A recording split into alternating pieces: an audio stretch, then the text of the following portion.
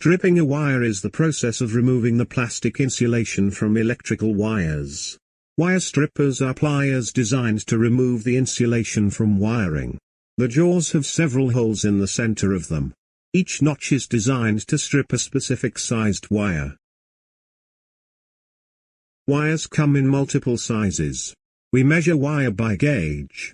Gauge measures the diameter of wire. The lower the gauge, the larger the wire is. For example, 4-gauge wire is larger than 10-gauge wire.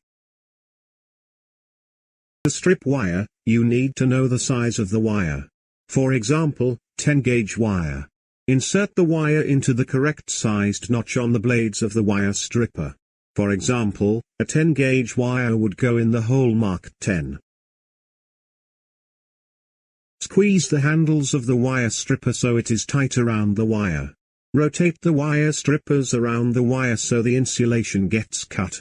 Pull the wire away from the wire strippers while still squeezing the handles. The insulation should be removed.